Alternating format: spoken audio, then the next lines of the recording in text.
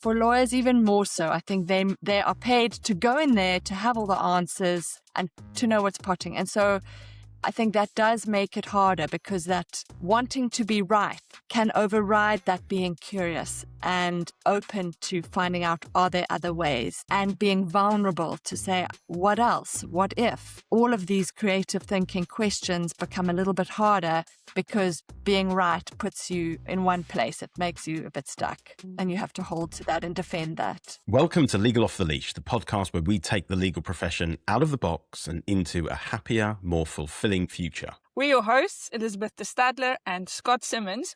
And today we're speaking to Celia Falkenberg and Nina Pearse. Both of them are from Creativity Wake Up. And I have to say at this point that I've done one of their courses and it is absolutely fantastic. Celia is a creativity specialist and an architect, which I always found really interesting, law and architecture. And she's passionate about helping businesses and individuals to become more resilient and better able to cope in these fast-changing times by developing their creative thinking. Nina is a creative educator and an inspirational speaker with a vision to transform business and society by helping people tap into their creativity. She believes that all humans are inherently creative. As co-founder of Creativity Wake Up, her passion and purpose is to inspire and to equip people to imagine and to bring into being creative solutions to challenges, opportunities, and everyday life. Welcome on Legal Off The Leash. Fantastic. Thank you so much for having us here. So I just want to check before we get started. You started Creativity Wake Up together. This is right. Yes, we did. And I'm also correct, or am I misremembering that you are siblings? We are. Yes. We are siblings. We often say to each other, we don't know how we would work with another person, because we just understand each other so well. And yeah, I hope she thinks the same. I don't know. I think it's cool. It is absolutely fantastic. And we do come with very complementary skills. So we make a great team. I don't know if I believe you. It's not like you're going to come on a podcast and say, like my business partner often says, some days are easier than others. It just works so easily together. I also have my husband as a great role model, who's been in business with his brother for over 30 years in various iterations of their business. And yeah, so it's a model that I just know can work. They also complement each other so beautifully, like Nina and I taking on different roles in the business. Yeah. Again, just to check, your husband's brother is not married to Nina, right? This is obviously a crucial part of the podcast where we figure out the genealogy here. Okay, let's get started. Something that I'm really interested in and I get asked really often is, how do you define creativity? I mean, when we talk about creativity, what is it that we're talking about? So creativity is so often through our schooling and traditionally equated with artistry. And I think that's what a lot of people go into business thinking about creativity as artistry. We use a definition that's still a loose one, but is really sort of widely accepted by academics and business, that creativity is the use of imagination to develop something, to produce something that is both novel and useful. So it's this act of producing something. It's not just thinking, it's not just daydreaming, and it's very practical. And it creates something that doesn't have to be brand new. We say nothing is brand new, everything's a remix, but also useful. And even if it's just useful for you. So that's how we define it. So it's very similar to innovation. I mean, would we say all innovation or innovating is an act of creativity? Yes. So we would say innovation is creativity with commercial benefit. So it's like creativity in a suit. You get commercial benefit out of it, whereas general creativity might not have commercial benefit. It might just be something you do for yourself. Or like architecture. It's always fascinating me, Celia, that you come from that background. I mean, are you still an architect? Are you still doing that? I'm not practicing architecture anymore. I think once an architect, always an architect.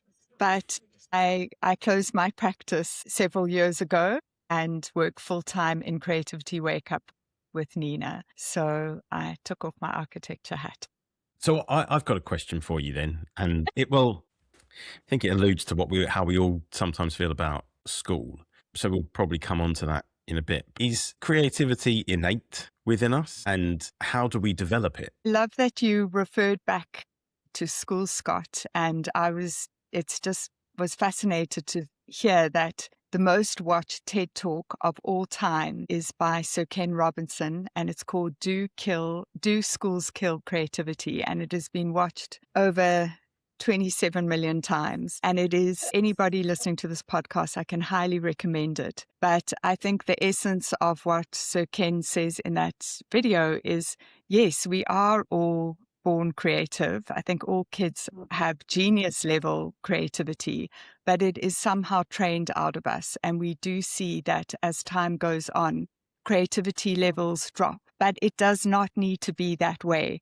Creativity can be trained like any other type of intelligence. So like your creative thinking, your critical thinking, is a muscle. It can be trained. And that is what our company is all about, is focusing on this specialized training. And of course, it has such wide range effects. How do you both teach it so that it becomes much more muscle memory? Because it's something that we talk an awful lot about, creativity, critical thinking. It feels like you don't see huge amounts of it, widespread. But so how do you teach it? Well, Scott, it starts so much with your mindset. It starts with this sort of opening of the eyes, this sort of waking up, hence the word wake up. We felt, is it a little bit irreverent to have wake up in the name of our company? And in fact, lots of people said, oh, you've got to have innovation in the name of the company, Again, that people might think you're doing art classes or something, but we really stuck to it because we feel so strongly creative thinking. There's no innovation without creative thinking. So it's about this wake up, and so how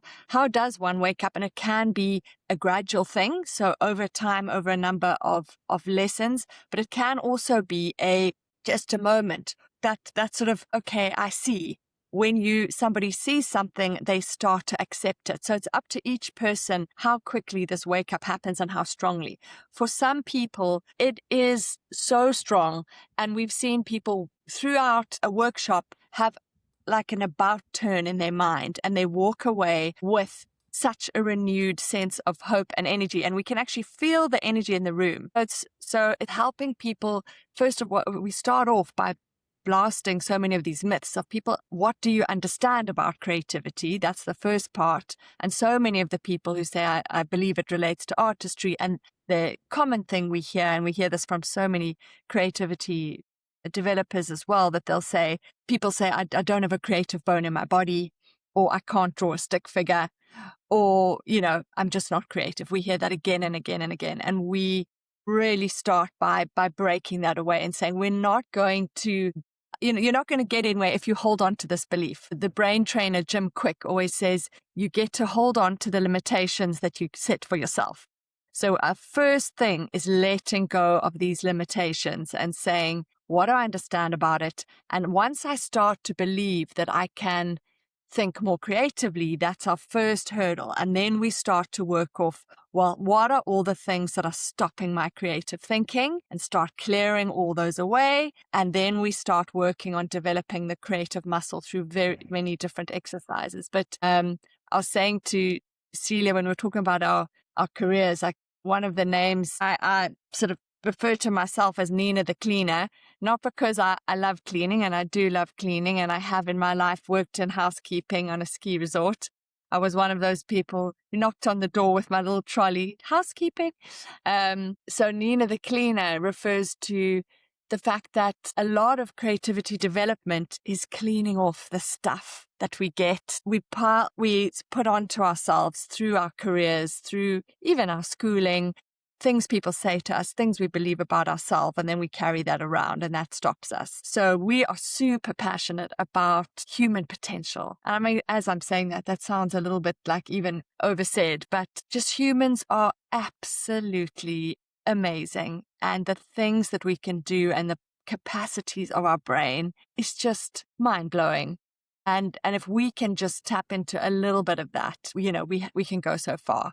So we start all our training with mindset, And then on it, we build a skill set, and the skill set, the mindset is all about the curiosity, the self-belief, the perseverance. We've built a model with key mindsets.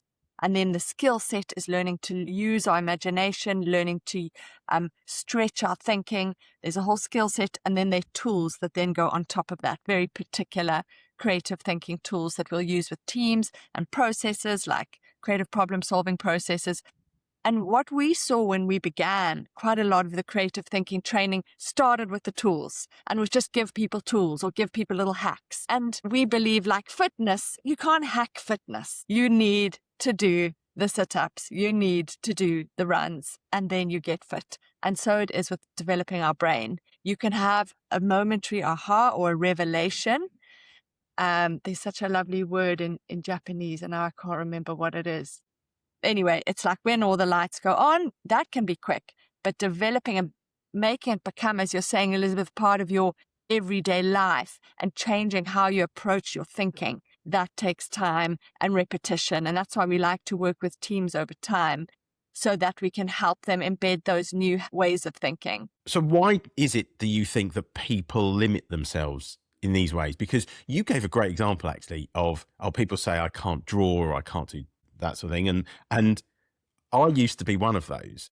The entire rest of, my kids are fantastic. My wife, my sister-in-law, my mother-in-law, all incredible artists. I'm rubbish at it. And the typical mindset is, well, you're either born with it or you aren't. And what so many people forget is that from the moment our kids could pick up a pencil or a pen, we had them drawing and creating, and they grew up seeing so much of it. Whereas when I was a kid, I used to just watch Bugs Bunny all day long. I didn't do anything like that. But I know if I spend time, if I watch a video and it tells me, bit by bit how to draw these things, I can create something incredible. But I don't do it ever. Whereas my children do it all the time. Why do we put these limits on ourselves? Scott, can I just quickly say, even how you were defining creating something, you were using a narrow definition. So one of the things also of creating is we have this narrow definition. So Tony Buzan, who really promoted mind mapping hugely in his life, the father of modern mind mapping, he spoke about how creative science is, because part of creating is experimenting. And that even toddlers, they're picking up crayons and sticks and drawing in the mud, whatever, but they're also picking up things, putting them in their mouth, which is a lab, and seeing what does this feel like, taste like. And they're experimenting. So experimenting and pushing out into something new is very creative, and that's very much part of creating. So it's not just the art, is the one thing I wanted to say. And the other is, if we look at what you do, now you've created a show, you're creating conversation, and comedy and repartee is incredibly creative, because you're always thinking of what you say. And one of the things that makes, we do a lot of leaning into humor, and how it requires a lot of creativity to be funny, and how you say things that are unexpected, or you twist things, or you show things in a different light. And that's what makes it funny. So we often are creative in that's another part of what we do when we reveal to people, is revealing how much creativity they use without knowing it. As we get older, we just have so many responsibilities, to-do lists, all the rest, and things like perfectionism, which I think is something we see in the legal profession quite a lot. And all of these things start to limit our creativity. But it's also interesting, Scott, how you were referring again to drawing, and it's something that we try and draw people away from. So many people equate creativity with artistry, and really it is so much more than that. A lot of artists aren't particularly creative, if we're going to be so honest. So we are really we're talking about thinking skills, we're talking about coming up with new solutions, we're talking about coming up being more agile, more able to adapt. And I think this is one of the main reasons why people are needing creative thinking skills, is because of the speed of change. And especially in the legal profession, we are seeing so much change with the advancement of AI and many other factors. Nina, maybe I can pass the ball back to you to talk about some of those reasons why people are needing to lean into creativity. I think back to what gets in the way. Starting all the way back in schooling, our schooling system is designed to get us into university, and they have curriculum, and we have to have the one answer and get that one answer quickly. And that inhibits creativity. And I don't think it's teachers' fault, but how our school system often is designed doesn't allow for children just to explore or take their own approach. I don't know if you've recently tried to help your children with maths, but it's so different now from when we were at school. You try and show your child long division, how we did it, and then they come back and say, no, the teacher says that's wrong. And you go, what? No, we have to do it this way, mommy. We have to do this blocking thing, or we have to do this other thing I've never heard of. And even getting to a single maths answer, which to me is pretty linear, you can't even take two different routes to get there. So we can be very, very boxed. And then certainly sort of industrial age type business was all about doing the same thing. The people at the top create the business, and then all the worker bees just do what they tell them.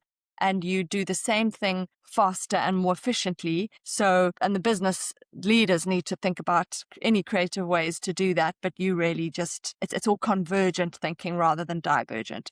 So both at school and in business, many environmental factors have led to the decrease of creative thinking. But then also internally, it is very much linked to confidence. And so as our personal confidence, and now if we think of wellness, and what mental health, when people are feeling tired, when they're feeling run down, when they're not feeling strong, they're less likely to be creative, because creativity is leaning into the unknown, and therefore it takes a little bit more energy. People often say, oh, if creativity is so natural, why is it hard? And it's because neurologically our brains try to save as much energy as possible. It uses 5 times more energy than any other part of the body. So it tries to always save energy, and it tries to always withdraw away from threat. And by definition, something that we have not done, something that is yet to be created, we don't know the outcome. And so it's new. So our brain wants to save us from that, and therefore it's much easier just to not do it. And then we have these situations in businesses where leaders, someone will take the huge, big, scary step of proposing something new,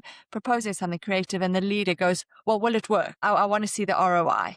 You're like, well, it's brand new. It's never been done before. How on earth am I supposed to give you an ROI? Well, then I'm not interested. And so this is one of our things of training leaders. How do you lead people to be creative? Of course, we don't want to chuck all the outcomes out and say, oh, everyone can go squirrely and go in their own way.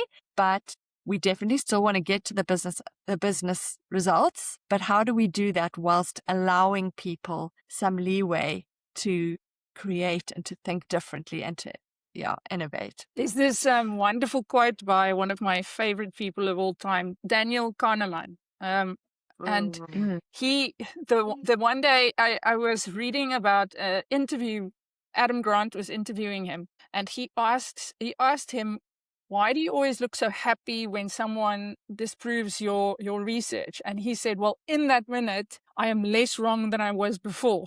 And I think what you're saying is so important, because it's really absent in our workplaces, that letting people experiment. For me, creativity is an act of experimentation. You doing something that you don't know whether it's going to work. I mean, do you guys ever teach design thinking in your courses? Yes, we do.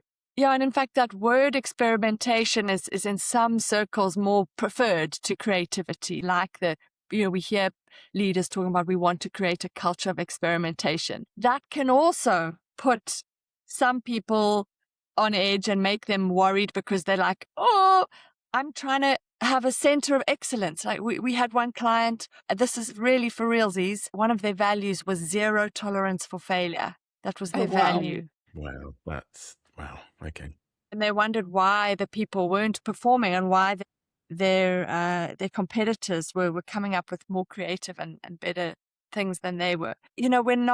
Things are not binary. We're not in nursery school anymore. There are spectrums and there are things we have to hold in tension. Yes, we have to have rigor, but as Natalie Nixon, the creative expert, says, we have to have rigor and we have to have wonder. So we have to have processes that we follow, but at the same time, we also have to always be pushing and testing those and saying, how can we improve them? So it's a balance, and we need both, and we don't need to have either one or the other. So we absolutely will encourage people to be thinking about, how can I improve what I do, my little tiny things and the big things. In law, they like to talk about the tiny noticeable things that add up to make the big difference. And what are those tiny little things? And we can apply design thinking just to my day, or I can apply it to my whole business unit and how we deliver services to our clients. You mentioned a couple of times now lawyers. Do you find that lawyers have, I don't want to say unique, maybe specific is a better word. Do they have specific challenges when it comes to recognizing that they are creative? One of the key creative skills is collaboration, because really creative abrasion is a really key part of creativity. And we always like to say that 1 + 1 doesn't equal 2, it equals 11. And we do see, and quite a few senior partners have mentioned to us that they have difficulty with collaboration. And I think that it is sometimes to do with the way that lawyers are incentivized with the whole billing structure, billable hours, that I know that it's a key theme on this podcast, but it is something that we see hinders creativity in the sense that people aren't able as readily to come together working across departments, juniors and seniors, working with clients, are all really, really important parts. It's very difficult for one person to can't know all the answers on their own. And a lot of what we like to get into is creative problem solving in teams. And that can be difficult for people when they are used to being the expert, not maybe as readily able to take on constructive feedback and things like that. So that is one area where I think lawyers maybe struggle with some of the creative skills. Yeah. Just being the expert, lawyers, and we see this more so when we see it with some of our financial services clients. They are paid to be the expert in the room, but for lawyers even more so. I think they are paid to go in there to have all the answers and to know what's potting. And so I think that does make it harder, because that wanting to be right can override that being curious and open to finding out, are there other ways, and being vulnerable to say, what else? What if? All of these creative thinking questions become a little bit harder, because being right puts you in one place. It makes you a bit stuck, and you have to hold to that and defend that. Scott, I think we should start, play a game at some point to see what minute in the podcast you mentioned the billable hour. I know. And then we can have a graph. We can have a... But I think it's so wonderful, because it just illustrates how it affects every single aspect of everything. I mean, we've had a number of guests on very different topics, but it keeps coming up. Scott, go. So listen, everyone knows I hate the billable hour, and every opportunity I get to bash it, I take it.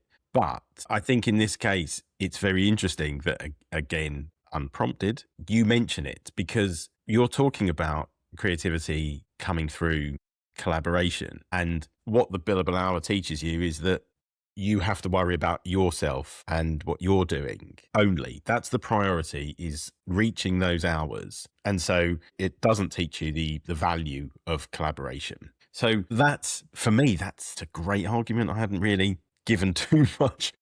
Also, thank you. I wanted to talk about the hot topic of the day, which is artificial intelligence. I don't know if you guys look at the World Economic Forum's Future Job Report ever. And Absolutely.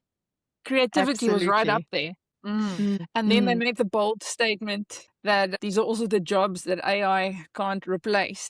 And I wanted to know what are your thoughts on creativity and artificial intelligence? Can it ever replace us or get better than us at being creative? It's certainly, in fact, actually, I remember we saw in the Neuro Image magazine 2 years ago, they had to redefine an aspect of creativity just to focus on the human side of creativity and the empathy side that was unable to be created by AI. But there are elements. I mean, no, at this point, we're not there at that sort of super intelligent level, but certainly it can help you. It can be a partner in creativity. And we are seeing this where we are using it ourselves, and we encourage the learners that we learn with to almost spar with and to use it along at the various points in the creative process. So we never want people to outsource all their thinking to it, and it certainly can't come up with things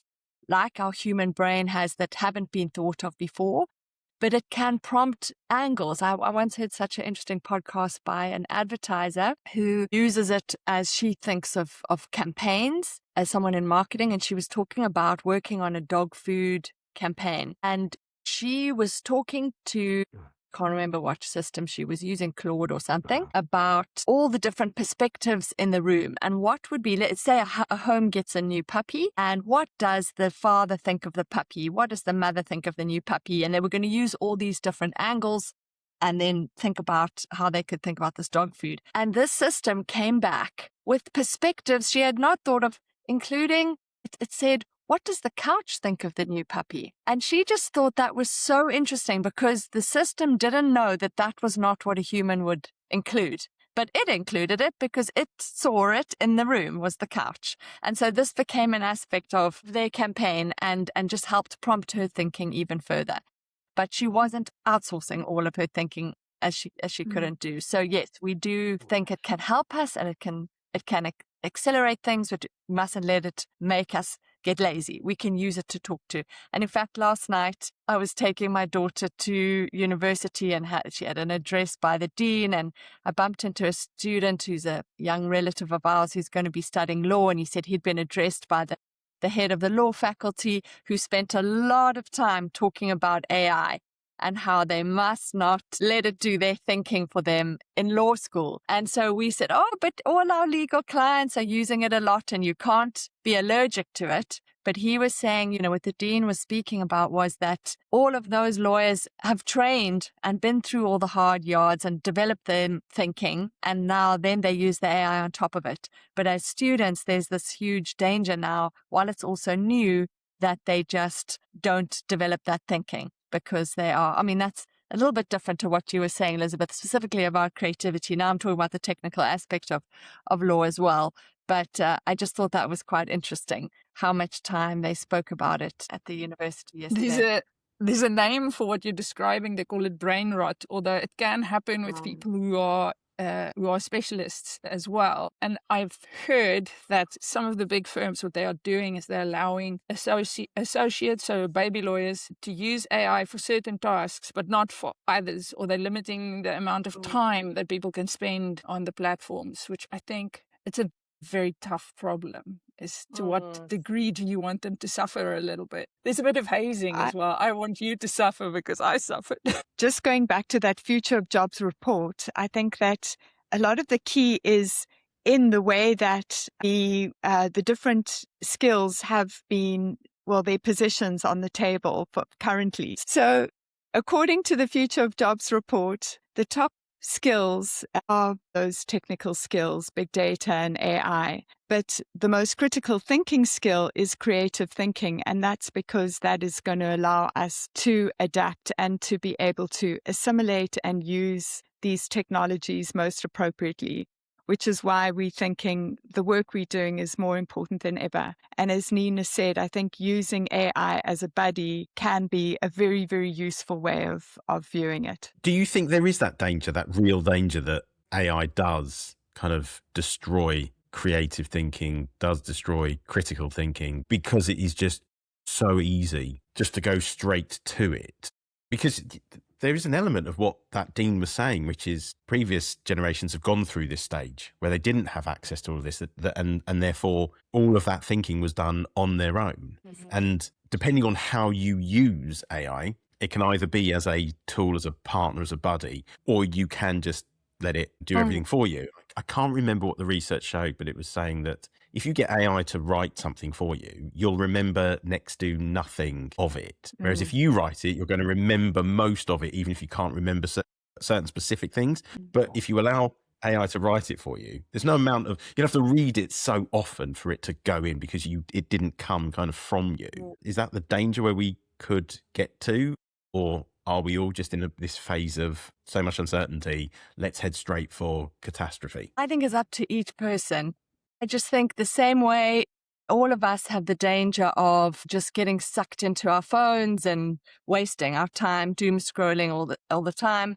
People do have, I think there is that real danger. I think there is, and I see it, I will give an example, even on a small little scale. When I'm at a restaurant and working out the tab, I pull out my phone and I calculate a tip with my calculator, even if it is a round number that my brain should know. How easy is that to work it out? And it's just laziness, and my maths has gone down. My husband never, ever does that. He will work it out in his head. He's forced himself to go through those steps, and he can add up so many numbers. Do you do that as well? It's like a mental The gym. thing is, I love maths. I mean, I wouldn't say I'm great at it, but any opportunity I get to help my kids or learn something with my kids about maths, I absolutely love it. So yeah, if I'm at a restaurant and we're working out a tip, yeah, I could just go, well, we'll round it up to there. But I need to kind of know what a certain percentage would make it around to anyway. So I am sitting there and I'm actually really enjoying the process of working it out. And I mean, in that case, it's not so world changing. Oh, okay, so you don't have that maths. But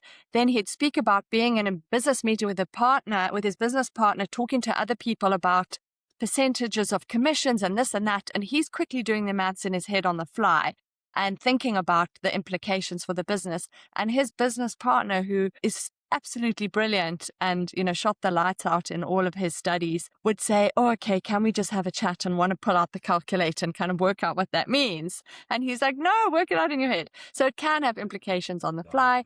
But I think, yes, with AI, we can become lazy. And certainly we've seen this happening. I mean, I think quite recently, there was a Deloitte massive lawsuit in Australia where the consultants had just put together a report. They hadn't even, I don't think, read it or checked it properly. And it was, they published this thing and it was full of errors and made up hallucinated references that weren't real. And of that huge fine that they had to pay. So that was a case of maybe we're going to say laziness versus the efficiency. So I think there's also this argument of we can't go and say, oh, well, old handwritten letters were so wonderful and fantastic, and we lose all of that when we just write an email. And so we do want to move faster. We do want to develop and leverage and save time with the things that make sense. Let's do that. But let's keep up our thinking skills and I have been involved with another training partner recently working with one of our big banks here who's seriously worried about some of their top equity trading teams losing critical thinking. And so we worked on a critical thinking training for them to help them really look at how do I think critically about everything that I see and how do I test what is really involved in that. And yeah, we're seeing a real need a rise in the demand for these kinds of thinking skills from employers. That's interesting. That's good, right? They're doing that because, again, I think these are the skills that AI can't replace. I mean, we had a guest right at the beginning of the podcast who said that once we get to that level of deep intelligence, that we'll have other things to worry about. So I always think about the movie The Matrix. We'll probably be producing food for the machines by the time we get to deep intelligence. Oh, Should say he does say the likelihood of getting there is really, really small. Yeah. Just so that we put some perspective into it, Elizabeth. But to connect with the math thing that you guys were saying, and I'm super bad with numbers, so let's just get that out there. But what he was saying is when you're taught maths, so let's say in grade 1, grade 2, you're not given a calculator. You first have to learn the principles. In our school, I mean, my child is 11 and this is the first time they're allowed to have a calculator. So you don't give the calculator to a person who's just learned. And it was such a lovely illustration of what we're saying is that you have to be careful not to give the tool to people too early. Absolutely. I love that. Mhm. Just on those different AI routes, have you read the Richard Susskind, The Future of AI? Yet. It's really great book. This- And he talks about, the book is called How to Think About AI. And he has been involved since the 80s, I think. So for a very Forever. long time. Forever. I mean, he's been around since I was a baby lawyer. Yes. And he was talking about how the billable hour is not a great idea. Like Why 30 didn't years they ago. listen? Yeah, why? Just it's so interesting how he describes these different routes. I think he gives 6 different future scenarios. And, there's the ones that he thinks are most likely. The human level of general intelligence is probably the most likely. The super intelligence route is where it overtakes us. And then there's the singularity route where it's like, just beyond our comprehension, and the runaway matrix. Terminator situation. vibes. Yeah, Terminator vibes. It's like, these aren't useful anymore, these things. That's kind of my sense. I'm more excited than scared, and really excited at the thinking about specifically the big fields of medicine, teaching children, and law, and just making things accessible to the wider human race. That can really, really be amazing for our development. So at the end of each show, we ask guests 4 questions designed to get your thoughts on the legal profession as it is and how it could be, to give our listeners some ideas of how they could possibly design their legal careers no matter where they are right now. Okay. Looking back, and this is my absolute favorite of the 4 questions. Looking back, what advice would you give your younger self when you started in your career? I'm going to start with this one. And I think the advice I would give myself is not to be so afraid. And I think of this for young lawyers as well. I think we spend so much time worrying about what other people might think or trying to fit in, and actually just to be yourself and to go for it. We didn't really talk that much about our whole career journey, etc. But I think, as you may know, Elizabeth, I had a really big medical scare in 2014 and had open chest surgery. And it took that to, give me the shakedown I needed to say, what am I waiting for? I thought, I don't have what it takes to start my own business, or I don't have what it takes to develop my own material, or what will I have to offer when I want to develop this creative thinking training. And when that happened, and suddenly there was a chance this could be the end of my days quite quickly and unexpectedly, it's a bit of a cliche, but it really got me thinking, what are you waiting for? And so my advice to young lawyers would be just to get a life. I know that sounds a bit hectic, but you are not your job. And you just trust a bit in your own instincts. Often you have something that the world actually needs you to be you, and not to actually be a cookie cutter of everybody else. And so to speak up, to try that thing, to push back on that thing, to believe a bit more in what you have to offer is what I would say. Celia, what's one thing about the legal profession you wish would change, and how do you think that change could happen? The one thing that I would like to see is the way that lawyers are rewarded and incentivized, because I think in the current system, people aren't always incentivized to work in teams. And I think that this really will help. A single lawyer cannot have all the answers, and it's so critical. And it's something that a lot of the senior partners have said to us over the time, is there is often this innate competition amongst the lawyers. People are less likely to come together, and really they are holding onto their own expertise, and they're less likely to want to work together to come up with the best solution. So again, I think that is quite a structural thing, as has been mentioned in previous podcasts, and I think it will really help people to work better. Juniors working with seniors across departments, lawyers working with clients to come up with better solutions. So this is something that we'd love to see. And I think it is about structuring the different payment methods in terms of value, looking more at the value of the project rather than the billable hours. Yeah. Incentives drive behaviors. And Yes. if you're incentivizing people on one specific metric, you can't then expect people to behave in particular ways that you might want them to. And as we've mentioned, the focus on collaborative thinking, team creative thinking skills are things that we really encourage with our clients, and we've developed structures so that internal teams can run these at various law firms. And it's such an important part of coming up with the best solution for clients. This question's for Nina. What is a common myth about success in the legal profession that you feel needs to be debunked? So I think that myth is about what success is.